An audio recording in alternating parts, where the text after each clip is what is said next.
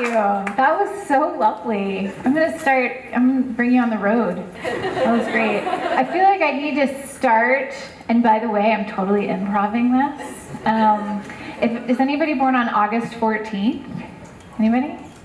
So I do a warm-up exercise often with workshops that has to do with birthdays, and I now want to study the statistics because it's unbelievable how often how small the group needs, or how not large the group needs to be. But no, August 14th. That's my birthday. 12th? It's pretty close. It's pretty close. So Gray offered an awesome introduction, and I'm just going to add this sort of confession, which is that I am a total serendipity sucker, like lifelong, dedicated serendipity lover. I love romantic comedies where just the right people get together in just the right amazing coincidence. I love, in fact, I may be the only positive review on Rotten Tomatoes of the romantic comedy that is called Serendipity. Anybody? Yeah? Okay, right? It was good. It was really cute. I love coincidences that seem to have meaning. Like I heard one about two college roommates who met for the very first time, only just to discover that they had grown up next door to each other in Vancouver, Canada, like in buildings next door to each other, but had never met. So much meaning. I just love that. In 2 weeks, I'm flying to New York to go to a dinner party because it's being thrown by a good friend of mine, and I just have this feeling that something amazing is going to happen. So I'm really a sucker for these sort of like right time, right place sort of things, and this idea that the universe is taking a hand in this magical, benevolent way. So when I was invited to give a talk on serendipity, I was like, heck yeah, I'll do that. I love serendipity. And then I realized that you're supposed to talk about serendipity in your work. And that was I was kind of stumped by that. I was a little bit thrown when I actually sat down to put together these two things that I really love. I love my work. I love serendipity. So clearly there would be an overlap. And I had to really, really work at this because serendipity is not really a word that I use in my work, and I actually consider my work to be extremely methodical. I really am a huge believer in method, and serendipity seems to almost be the opposite of method. When you think about it as this thing that you can't control and that just kind of swoops in and makes amazing things happen, this idea of magic.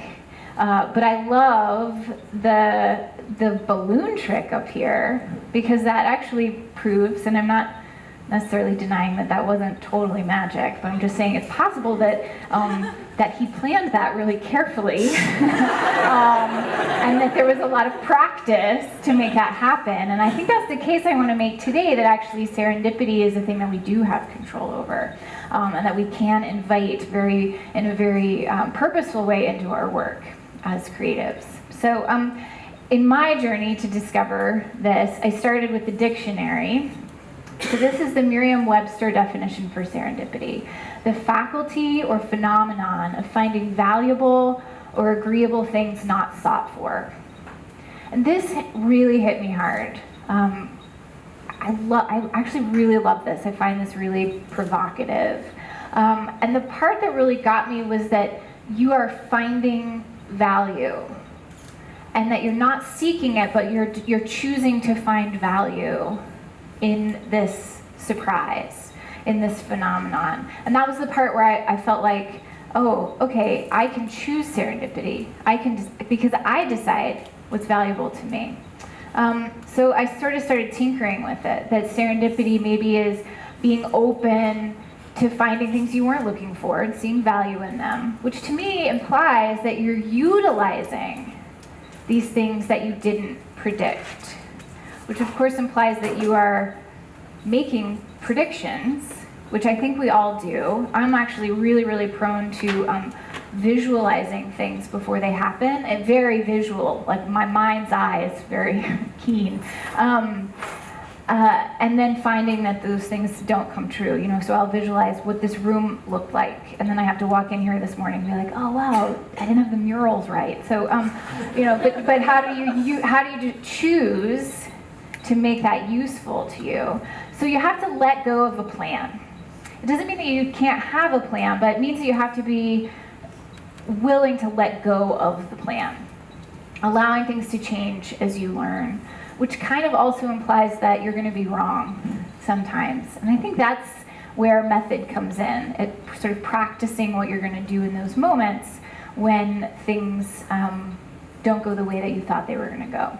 So human-centered design, I'm a practitioner and a teacher of human-centered design. I know there are people in this room who utilize the parts of this methodology, are deep practitioners of this methodology. I'm actually not going to go into a lot of detail about the definition of human-centered design. I'm going to sort of suffice it to say that this is a design practice that is agnostic about outcome, meaning we're not all software designers, we're not all product designers, we're not all architects, that this is a practice that all types of designers and really creators of human experience can utilize to make their work better. And what we're preoccupied with is the human experience. So this idea of human behavior, human context as a major input to the work we do, so understanding what the existing behaviors are in the system that you're designing, and also influencing those behaviors for the better in whatever it is that you make. So leading people to the behaviors that they seek by making design easier for them. So one of my favorite simple examples is the idea of a parking lot, which is a designed thing. You can have a parking lot, you can have a slab of concrete that you just park in, or you can have a slab of concrete that has lines painted in it. And one of those creates a certain behavior, a more predictable behavior, and for a lot of people, a more comfortable behavior. Both cases, you get your car parked, that's fine. No judgment. But just, it's a simple system that's been designed that influences behavior. And that's what human-centered designers are sort of preoccupied at the 40,000 foot level. What's great about human-centered design, one of the things that's great about it is that it's being adapted and adopted as a methodology for innovation, as a methodology for breaking through on some really tough problems, wicked problems, the type of problems that resist solution. So in fact, not parking lots, really, really nitty-gritty things, and I'm going to run through just a couple really quickly. So GE is using human-centered design to rethink the MRI experience for children, and they're doing it in a way that has reduced sedation rates by I think something like 80%, because children feel like they're on an adventure, not in some totally terrifying, rattling machine. So in this case, it's very much about the experience that that human is having. That was the emphasis on the design. LA County is using it to totally overhaul the voting experience, which I think we can all agree has some room for improvement. So, but I love this picture, which is from LA. Like, this guy's just getting his stuff out of the dryer while we're voting. So they're looking at it from the point of view of the voter, but also the back end and how we track who's voted and what's the software that supports voter registration and all just soup to nuts, the whole thing, but from an experiential point of view. There's a startup that I love called MoneyThink. It's based in Chicago. Has anybody heard of this little group? They're looking at, they're using human-centered design to create curriculum and software that supports financial literacy for high schoolers. So looking at how to avoid the pitfalls that many of us fell into in young adulthood because we weren't trained in what to do with money and how to think about money. So I think you can see there's this huge variety of types of projects. Our students used it the semester before last on an amazing project that was about improving, hold on, my Britney Spears microphone is, there we go, okay. A project about improving the experience that the elderly go through when they are no longer able to live independently, which I think we can all agree is sort of a heartbreaking thing that we get wrong a lot in this culture. So we're talking about really, really human problems, wicked problems. And human-centered design is certainly not the only way to approach these things, but it is emerging as a really great way to break through on some of these tough problems that we've been coming at over and over again. And the reason that it works is that human-centered design is a way of finding new information. So this is all about illuminating new things. And I think you can probably see where I'm going with this. In these types of problems, you do not need to start with the answer. In fact, it's probably better if you don't start with the answer. And in some of those problems that I described, like helping the elderly move from independence to more dependent lifestyle, what's the answer to that? Well, who knows? Who knows? Is it worth trying to find out? Absolutely. Human-centered design lends itself as a methodology for tackling those types of problems where you're not even sure what to make. So very briefly, I want to say that when we teach this process to students in the master's degree, we have this very intricate way of thinking about it. You know, there's 7 modes of working, and each mode has a bunch of techniques and methodologies associated with it. I'm gonna boil that all the way down to say that we really just do 2 things.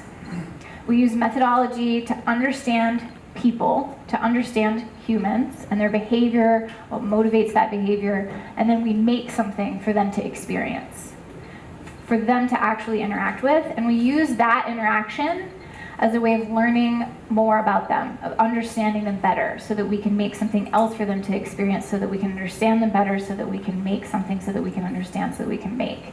And we couple these 2 modes really tightly, very quickly. So lots and lots and lots of cycles before it even really feels like you're ready to do either one of those things. You're sort of forcing yourself through these cycles very quickly. And what that allows you to do, essentially, is walk into the fog of a really big problem and just take 1 step and then reevaluate, and then just take another step and reevaluate, instead of having to draw the map in advance.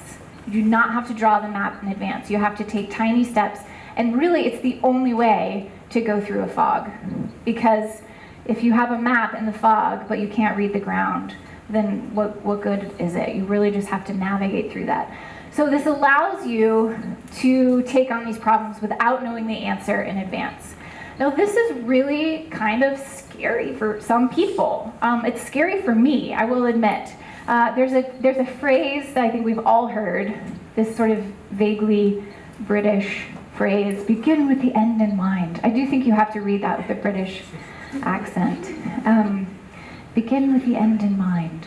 It's really actually hard to do that with a British accent. It's one of those phrases that we maybe say similarly. But anyway, maybe because it's vaguely British, or maybe because I lived in England for a little while, but I feel very comforted by this. This feels very prudent, doesn't it? It feels prudent, and we like that. We like feeling like, that's right, we know where we're going, and we're just going to go there, and we're going to do it with gusto, and here we go.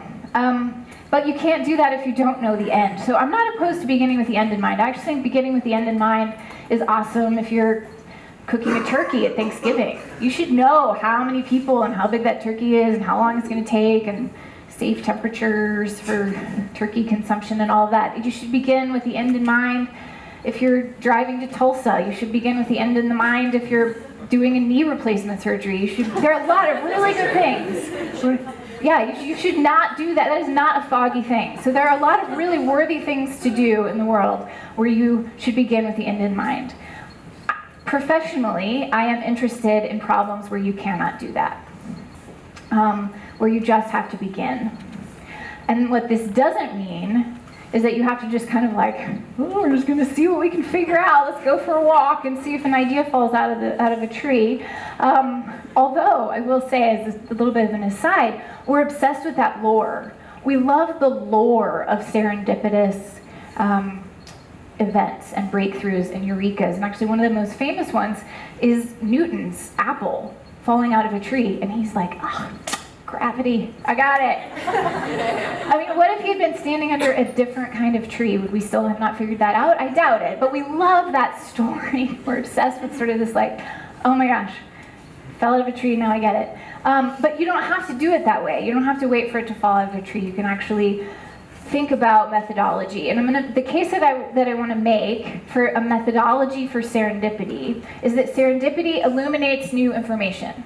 So something new happens. You figure out, oh my gosh, you were born in Hong Kong? I was born in Italy. That's amazing. Right? So there is this lovely magical moment where you discover something if you're open to it, if you're open to that kind of discovery.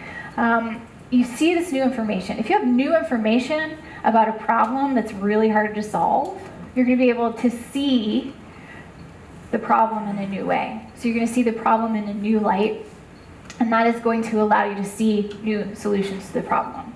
So perhaps I've oversimplified this idea of breakthrough innovation, but I really do think that serendipity plays a huge role in human-centered design as a practice because of this, because it illuminates new things that you weren't expecting. Those new things help you see the problem sideways, and when you see that other angle, you will discover new solutions. So we need more serendipity in our work, right? So I am introducing a new term, and it is called planned serendipity. We're going to plan for serendipity because we're not going to just walk around and hope that things fall out of the sky. There's a guy named Steven Johnson, and if anybody has spent more than 10 minutes with me, you've heard me reference Steven Johnson. He has a book that I just love. I don't know what it is about this book that just cut through some stuff and helped me see clearly, but it's called Where Good Ideas Come From. And he has a term, sort of a pattern, that he writes about in this book called the edge of chaos. And that is where good ideas come from, that good ideas come at the edge of chaos. And I think that planned serendipity is a version of this idea that chaos would not be productive, but the edge of chaos, sort of an organized chaos, is very productive. Same for serendipity. I think serendipity is a beautiful thing, but if you can plan for it and you can utilize it, then you're really onto something. So we are going to plan for some serendipity. I have 3 hot tips for planned serendipity. 3 ways to increase the incidence of serendipity in your work. I do not know if this applies to dating or any other category, so you'll have to get back to me on that.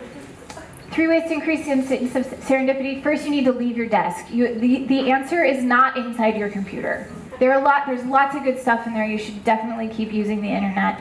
But this is not where the serendipitous stuff will come. Although there is a whole thing about the way that search engines work and the whole, the Google, I feel lucky button. Is that still a thing? I don't remember if that's still a thing. Anyway, I'll have to look for that. But there is actually some serendipity in the way that the internet works as well. But that's not what I'm talking about. I want you to leave your desk, but do it thoughtfully, do it purposefully. Decide what is the thing that I don't understand yet about the problem that I'm trying to solve, and where can I find it.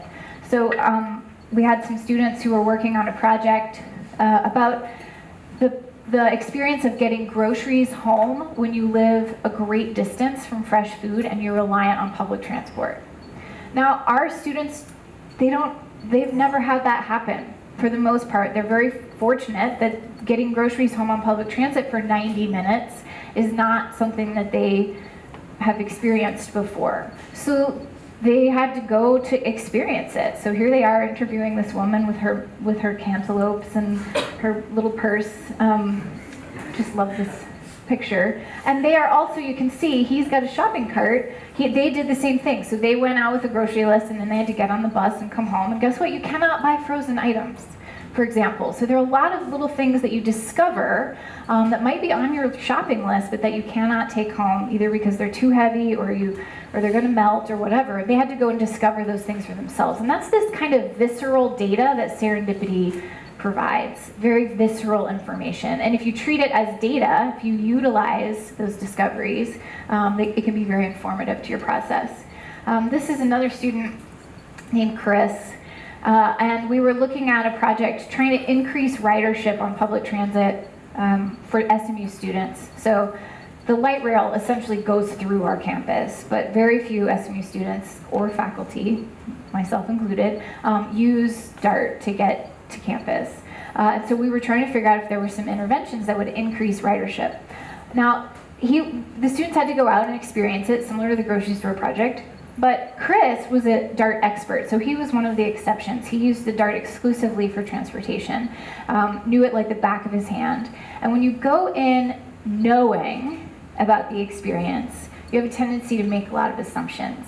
And that's okay too, that's normal, that's human. But what you can do is try to disrupt those assumptions, essentially to try to get more new information into the problem. So what Chris had to do is take my daughter's umbrella stroller with a 25-pound kettlebell in it, You can't see it because he ended up putting his backpack on top of the kettlebell, which is about, that's a healthy toddler. 25 pounds in a backpack. And all of a sudden, he saw new information in that experience because he doesn't commute with children. And that was able to illuminate new things. You have to leave your desk, and you have to do it on purpose. You have to plan it. What is the information that you're seeking, and design something around that.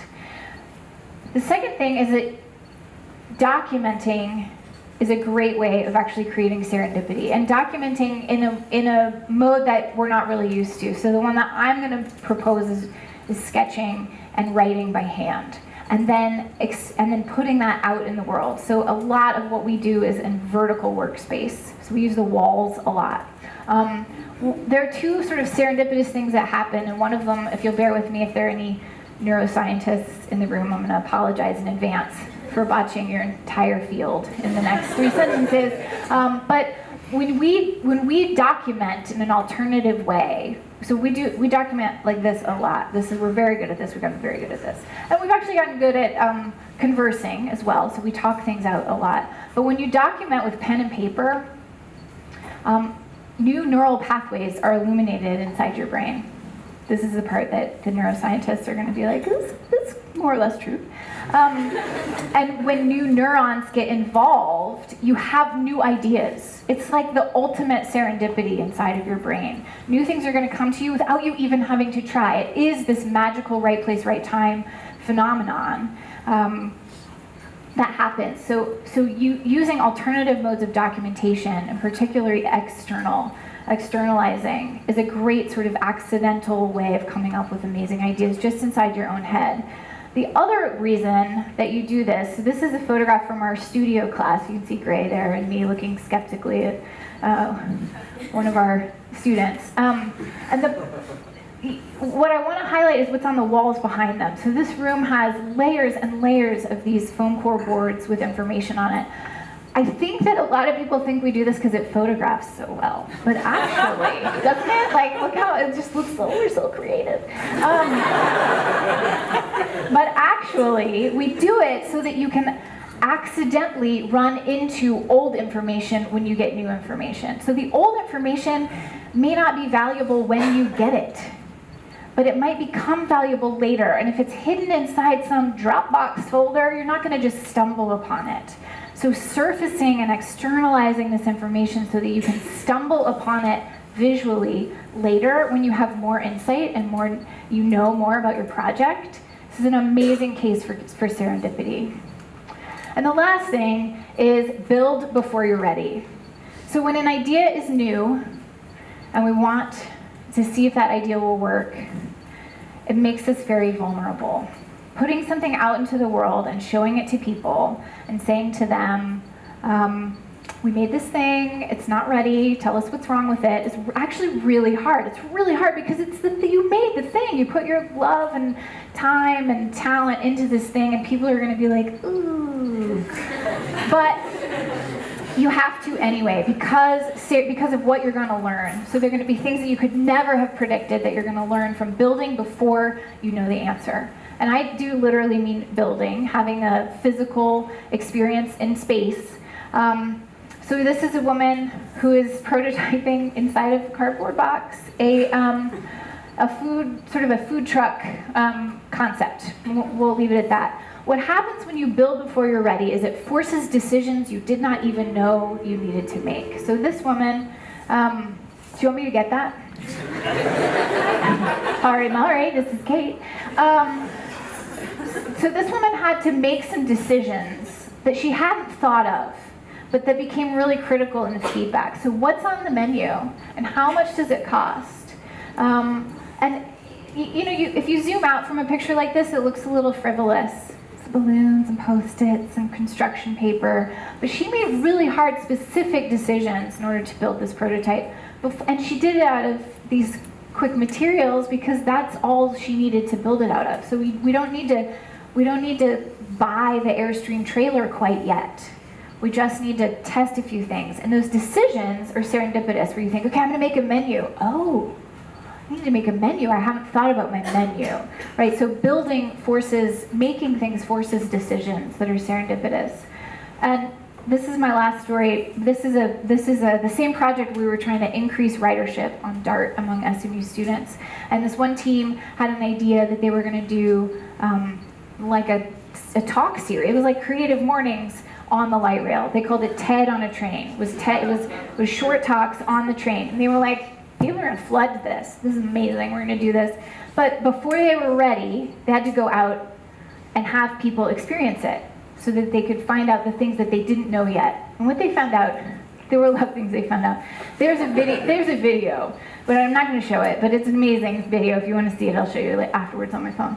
And this is Taylor. This is Taylor. He was our TA that semester, and he is giving a talk on the front of the light rail, and you cannot hear him.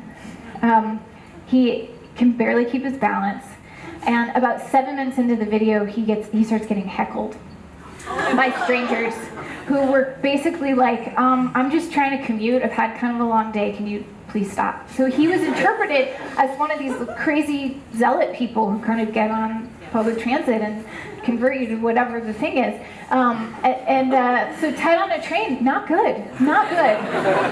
It took them 7 minutes to figure this out, and they hadn't even thought about hecklers. They were designing for SMU students, not for strangers. I think they probably would have been heckled worse by SMU students, potentially. But it's really amazing the thing that you can learn, and you go do that before you're ready. You go before you're ready, because the serendipity of what you'll learn from that is really, really useful. So those are the 3 things for increasing serendipity. You can start today. You can start today. I'm going to go back to this definition because I noticed something in it as I was sort of thinking through this, and it's this use of the word faculty, which I thought was such an interesting word. So I spent some time. I didn't put it up here, but I spent some time looking up that word and the different definitions of that word. And one of the definitions of faculty is just ability, and even an innate ability. So it really, really puts it back on us. It's not fairy dust. It's our ability to recognize the value in these things that we could not have predicted. And I think it's extremely useful for creative professionals or anybody who is concerned with solving problems of any kind. So that is my perspective on serendipity. It has been a pleasure to be here with you. Thank you.